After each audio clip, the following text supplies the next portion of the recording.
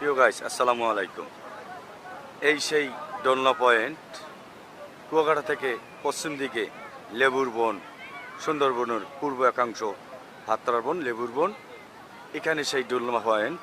এই দোলনা পয়েন্টে দূর দূর থেকে আগাতন সেই ঢাকা থেকে পর্যটক ভাইরা এখানে এসে দোলনা পয়েন্টে সমুদ্র পাড়ে দোলনা পয়েন্ট, এই দোলনায় বসে বসে দোলনা দোলতে আছে।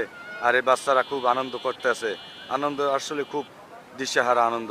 বাচ্চা এবং বাচ্চার আম্মু আনন্দতে আছে। সব বাবুরা এই দোলনা পয়েন্টে এসে খুব মজা করতে আছে।